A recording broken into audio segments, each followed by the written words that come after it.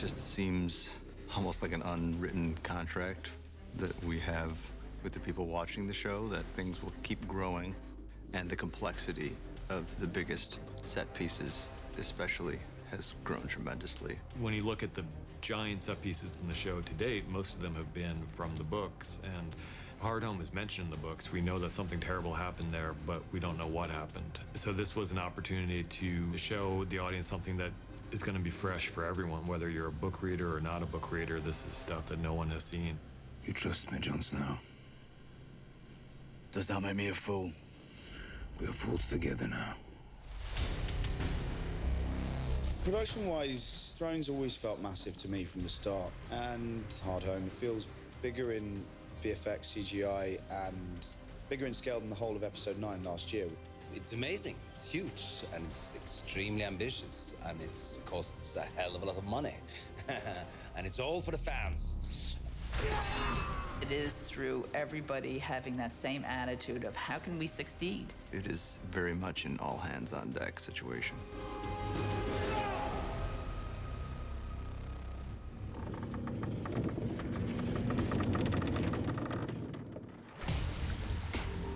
It's very different from the other battles we've seen before, and it's way harder to shoot. We didn't know how big it was going to be until we actually got into pre-production with it. Whenever I read anything that's like a big battle sequences, you've got to treat it the same as you treat a dramatic scene. Is like, what's the story, whose story is it, whose point of view is it? So kind of attacked it full force. I went away and I storyboarded for about 3 weeks, and I storyboarded the entire sequence as written originally, which was huge, which was probably 2 or 3 times as big as it is now as the thing we actually shot. Initially, the scene was written even bigger than it was, and it just got to the point where we were up against it because we wanted to get everything and we weren't sure how we were going to do it. It suddenly became apparent that there was a whole section of it that didn't need to be there, that was there because we were playing to the idea of a battle. And that made me realise that what I was really interested in what the story was and what the thread was, is it wasn't a battle, it was a massacre. It's not like the other battle scenes we've had, whether at Castle Black or Blackwater, where you've got 2 opposing armies coming together. Really, you've got the army of the dead coming and the wildlings putting up resistance for as long as they can and then getting massacred. And so it doesn't have the feel of a battle so much as a horror movie sequence. If you look at it as a massacre and you don't look at it as a battle, it changes all sorts of things. And then from that, the idea came out, well, what if we also restricted the point of view? What if we only told it from just the main character's point of view, and namely from Jon's point of view, because it's Jon's story in the end. And so that's where the idea of the stockade fence came in. We were all horror movie fans, and once he mentioned it, we all had this instinctive, immediate reaction that the thing that's on the other side of the door that you can't see is always going to be more terrifying than something you see in some giant sweeping helicopter shot. The whites come to the fence, you hear it all, it's all about sound design, it's all about the reactions on our whites' faces, but it's not really something you see. You just catch these glimpses of them to start with, and we hold off from seeing the monster for as long as possible. So now the monster behind the door, the massacre, the point of view, the restrictive view, and all of those things started to make sense, and they coalesced into what ended up being Hardhome. We had something that was shootable, and now we had something that utilised our limitations as strengths instead of weaknesses. It's difficult to build a large-scale settlement that looks old and lived in and worn down by the elements. One of our most successful sets was Castle Black, and it served us really well over the years. It is so successful because it has that 360-degree lived-in quality. This set is built in the same area as Castle Black is, and so when I first came here, we went to see Castle Black, and it's a huge set, it's enormous, and I was in awe of the size of this set and the size of the pieces of timber and everything. And I looked below, and there was this set that was about 60 or 70 times larger directly below it, so that was fun. The rock quarry that we're using now was not the first choice. And when we started right at the start of the year, we actually thought that we'd be shooting in Iceland. We started in Iceland, and then when David and Dan wrote the sequence, I think Chris and I almost sent a simultaneous email to each other of, oh my God, we can't do that in Iceland. The scripted activity was just too great to take the show on the road, so we had a template for what it should look like, and we will shoot backgrounds in Iceland that will extend this set, so this set will exist in a place in Iceland when you see the final product. We're going to match this up with a 3D model scan in Iceland, so the two get blended together. We have these opticopters that fly over and take photographs and stuff. They're tiny little things, you know, like little drones, I think, and they just fly over and they take photographs, and from the digital data from the photograph, you extrapolate a 3D model from it. Castle Black already exists within that quarry, and so it eventually ended up being the perfect spot, right on this existing lake. Hardhome, just by its very name, should be a tough environment. So it was just a matter of turning this location and winterizing it into an austere, volcanic black beach. We were wanting something that was particular to the Hardhome space itself. And what that meant was our guys were able to take, you know, skins and branches and pieces of timber and things that would have been found and create these little dwellings out of them. And instead of there being a consistency amongst them all, there was also a feeling that each of them was quite separate and individual, that they had been made by the people who were actually sheltering there. And there was a lot of sketches being done, a lot of reference in different kind of enclosures, encampments around the world, and looking at different kind of places where refugees would be. We were looking for a different building style than we had used before. So we were looking at very sort of Nordic construction. And what that meant was that we were able to establish a building style in the huts that we hadn't seen before on Game of Thrones, with the beautiful grass roofs, for instance. We're supposed to just feel a little bit more thrown together and repaired and older, and I mean the docks are a little bit rougher. This is where full credit needs to go to Tom Martin, the construction manager. He is an absolute genius at finding reclaimed timber, and that timber is 100 years old, I think. It's all real timber, and it was also quite a challenge for construction to get these materials, because the whole turnaround was so sudden. The art department and construction have done a really great job of turning what was a notion into reality. Everything had to be positioned by machinery because it was massive. We build it for real because the action is for real. To think it was built for one episode. I mean, you know, most of these sets, they're built for many, many episodes. Hardhome is kind of special because it's an exterior set and it's built really for about 20 minutes of one episode. First time I walked on set, I was, and I mean this in the best sense ever, humbled by just the scale of it and the dedication everybody has to make this look fantastic. Deb Riley has done such an amazing job of conveying a sense of desperation with the Hardhome set. You sense the plight of these people as soon as you see the conditions to which they've been reduced to living. Jon Snow's come to this place not knowing what to expect, and I think it must be incredibly shocking to land in this environment. I've been told it was a good set. I didn't really realise they'd paint an entire quarry white, which was quite impressive. It's great having so much of this stuff actually on set, practical. You know, we've got, I think, the best visual effects team in the world, but whenever possible, anything we can get in camera, we want to get in camera, because in the end, there's just nothing that's going to feel more real than reality. The scale of the fence itself that gets sort of knocked over by the whites as they come in. It's a real credit to our SFX department, the way they sort of made that movable ramp, which could get pushed down and go back up again. We talked about the stockade fence, thinking maybe we'll get some of it real and the rest will be filled in by green screen. They ended up building a real stockade fence. I mean, they just put it up there and it looks fantastic. The fence with 12 tons in total, and when it goes, it really goes, you know. So it takes a lot to slow it down. It's 40 feet long. We pushed it over with hydraulic rams.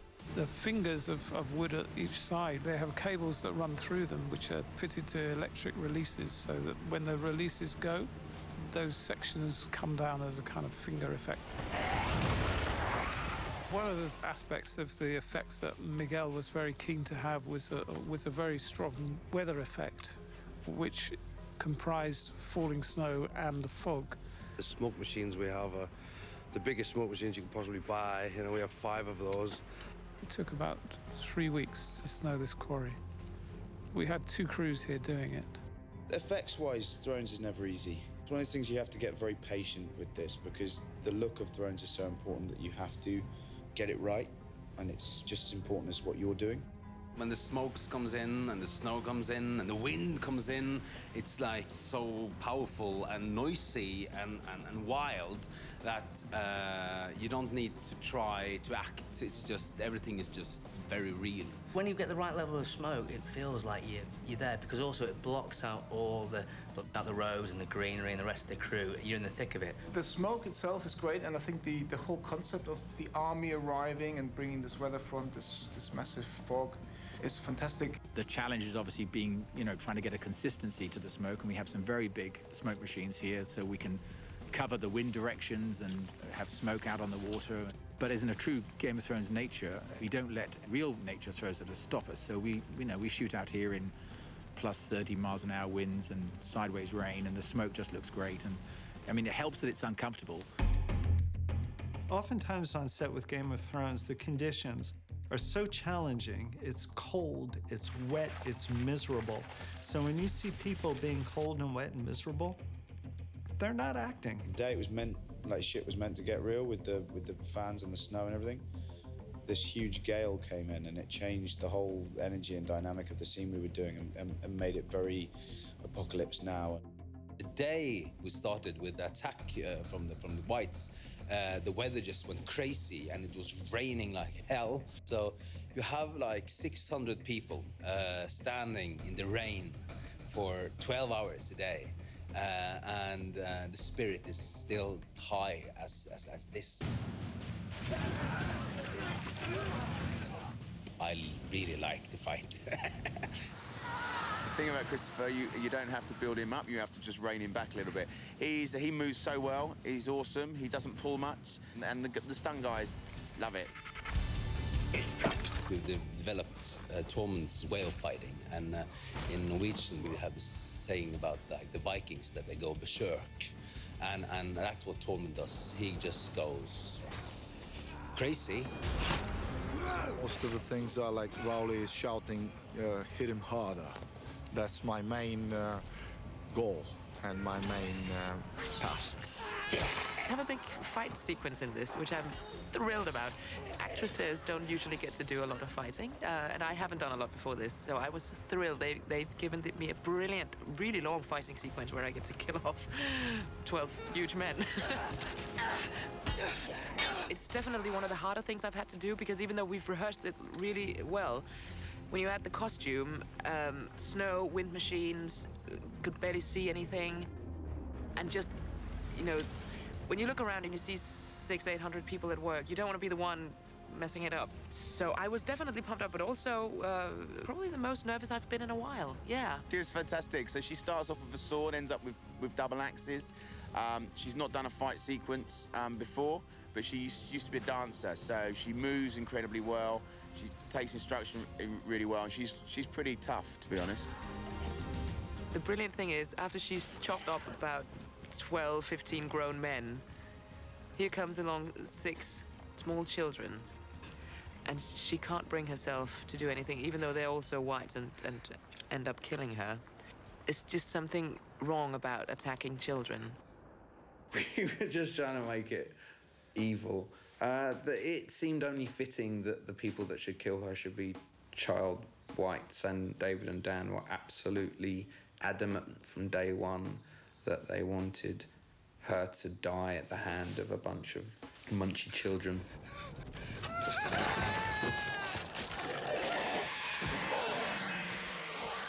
We have something we call the mayhem sequence, where like when the whites attack us, people just try to save their lives. When the whites come, everybody wants to be on the ships, but not everybody can be there at the same time. So it became a chaos. And when we were shooting it, it was chaos. You can't fake chaos. In terms of people on set and extras, this is by far the biggest I've ever been part of, and they're really good. We held a boot camp, and we brought in 220 extras, and then we basically taught them how to do a sword fight as a white and as a wilding or a night watch person. The background artists on this are some of the most hard-working, brilliant background actors I've ever had the pleasure of working with. They're here for longer hours than we are. They're in prosthetic makeup now for longer hours than we are. And they give it their all, and it's what makes a scene like this work. They're as much part of the process as any of the actors are. The longer the sequence gets, the harder it is to include everything. So we were starting to ask, what are we going to lose? Because we just don't have enough time to shoot everything. The easiest thing to have lost would have been 1-1, the giant. But we love 1-1, and we just thought he'd be a really fun part of the whole battle. 1-1, who's obviously a giant, so he's represented on set by a green stick, which is about 15 feet high. The pole is great because it gives you a reference of what it's going to be. It's great for the operators because they know where to frame and how to frame up. Then you trust the guys to make it look great. 4-1-1, smashing through the side of the lodge. We had a huge rig on rams and cables, and we sort of slides along a track and punches out of a breakaway section. So we took a section away, we molded it, and made it all out of foam, biscuit foam, so it's a hard foam, and sent it down the track to burst out, and at the same time have air cannons to blow a lot of debris. We only had one go at testing this because it's so expensive.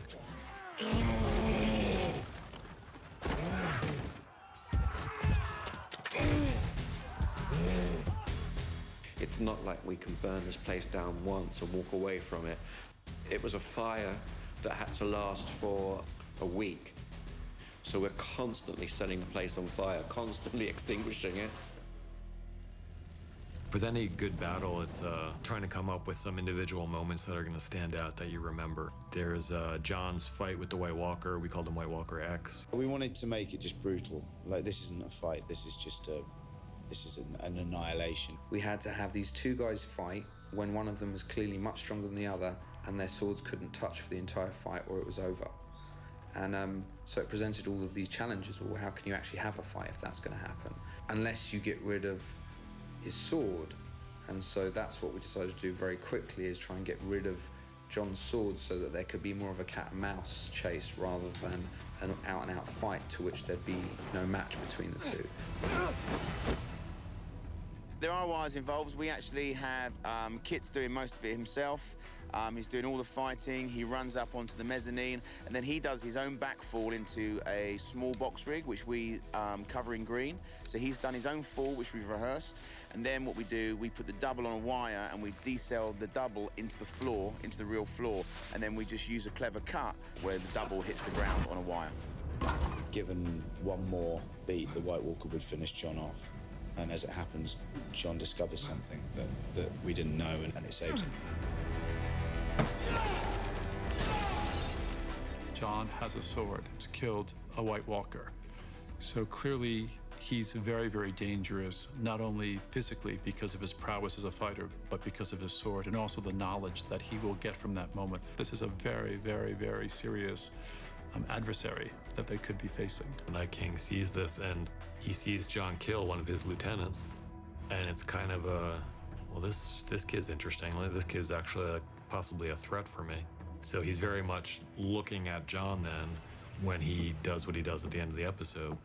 I think the script was very explicit about it. It says that the Night King and John share an unpleasant exchange that is not comfortable for John. And we called it for ages, you know, it's a non-verbal fuck you. I think it's a terror John has never known before. I mean, they're seeing the White Walkers, and then they're seeing the White Walker King with an army of 100,000, 200,000, 300,000 undead. The final image of the Night King raising his hands, was all David and Dan. They said they wanted it to be like an orchestra. He's the conductor raising his orchestra of the dead.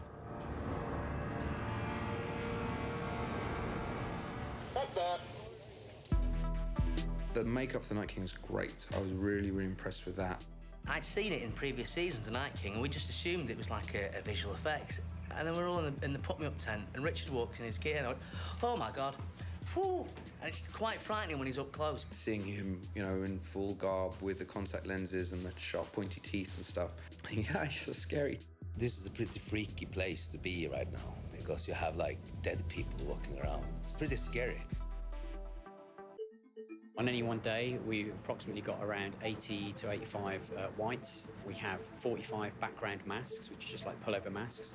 And then we have about 30 hero foreground makeups. David and Dan were very, very specific. There's a line in the script that says 10,000 whites came running across the field towards us. And I said running because they're not zombies, goddammit. that's their line. I think that's a direct quote. In general, an average call for us on Game of Thrones is about 3:30 in the morning. The more extensive makeups are about 4.5 hours in length.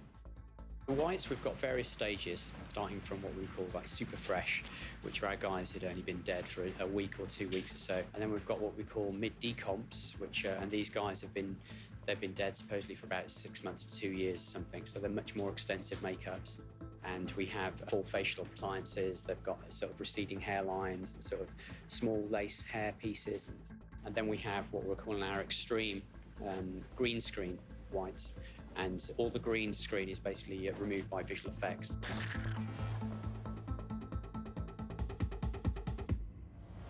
The hardest thing for an animator, any animator of any experience level, to really capture is human movement. Climbing, jumping, stabbing. One of the interesting tools that Joe Bauer, our visual effects supervisor, came up with for how to do the whites was that he felt we shouldn't be trying to animate the whites just by eye, that it should always be based on a live-action performance by a stunt player. And so we worked very closely with Rowley, our stunt coordinator, to come up with ways for the whites to be doing things that are inspired by our human stunties. I had to shoot reference that we could give to the animators, and we could circle a performance and say, this white should be doing this white should be doing that. We knew that 1-1 smashing out of the long haul was going to be a really neat moment. When 1-1 is batting whites out of the way, we have stunties on a pull rig being thrown out of the way by our special effects and stunt team. And they just did an enormous job that provided great and organic and realistic behavior for us to copy. I spoke to Stuart, special effects, very early on, and I said, Stuart, we need something that's this shape, that's the size of a full-scale giant, and we need to put these guys in suits with tracking markers on them, color-coded, and they need to mimic basically the moments where 1-1 is interacting with the whites. We called it the Christmas tree. It's a 16-foot-tall cone covered with padding and cargo netting, and then our stunties were throwing themselves at it from platforms. And then that performance was something that was hand rotomated or copied by our visual effects team and applied toward the behavior of CG skeletal whites. It was a lot of fun to watch these guys in green suits whipping themselves at this bucking bronco Christmas tree. But there's a lot of that kind of craziness that goes into making something like this.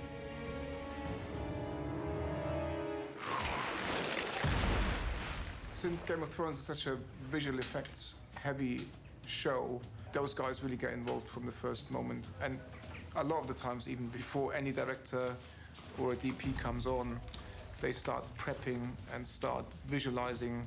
The most important thing that visual effects can bring to any project is scope, to create a wider vista than the camera can capture, than the production designer can physically create in any world. There's two directions that we look that are very scopy. One is there's a very, very big beach. It goes straight out for probably a mile at least, and then it jogs to the right out into the ocean. We had 50 ships docked offshore. And then the storm hits, it comes over the distant mountains, and it's a great way of showing just how big these spaces are and how big the storm front is. It has to look real, but it has to behave in a way that's not only unnatural, but it's also really scary and really threatening. It needs to feel like a nightmare. The White Army is actually attacking from two sides.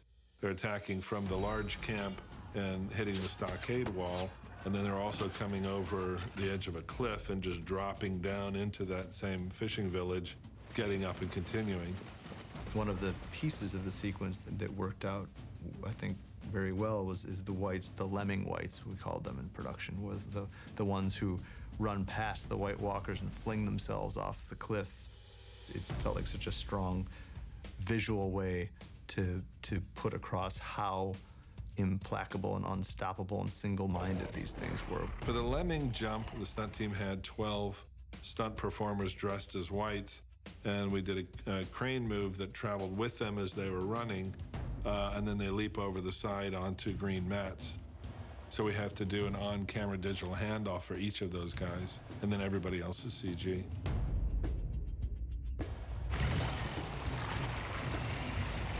Hardhome was emotionally challenging just in the volume, and you know, it's a 22-minute epic, and every single shot is us. Every single shot. You know, we have almost 500 shots just in that one sequence. We added volumes of people. We had to add extra White Walkers. They all have the glowing eyes. We get very close on the Night King. We added an ice effect that looks like, you know, a layer of ice on them, plus the horns that are part of the design. We made those translucent as if they're, you know, almost an ice sculpture. When the Night King raises the dead at the end of the Hardhome sequence, there were quite a few dead to be raised. And so we have a number of extras, but not nearly as many as we're going to need ultimately in the look of the final shot. So we'll handle that through tiling, where we'll take our group of extras and we'll repeat them in different places within the scene so that it looks as if there's a bigger crowd, and those are pieces that are photographed, so they're very realistic. And then we'll fill in the background with CG characters. It's always exciting to see these impossible ideas that were floating around in your head and on the page show up on a screen looking better than you ever expected them to look. Hardhome was unprecedented, even for Game of Thrones. It was a challenge for every department. All of the departments have had to, you know, work very closely on it. You know, special effects, stunts, art department, visual effects. We're all so entwined in how that place works. It's been a real labour of love, I think, for everybody. I always knew this was going to be a special sequence. There's always a big set action piece for my character. I didn't really expect it to be that big. It doesn't even feel like TV, it doesn't even feel like film, it feels like it's real, actually. There's a rhythm to the writing that is very satisfying to listen to, it's very satisfying to work with, and it's very satisfying for the actors to play. You know, a good script is a good script, and you can't really beat it. It was such a beast to slay, and we're very fortunate to have such gifted people and such dedicated people working on these big sequences. It's just probably the most intense 15-minute sequence we've ever put together, so I'm just very proud of everyone who worked on it, because a lot of people worked incredibly hard. By the time people are watching this, they will already have seen it and judged it, but we're very happy with it.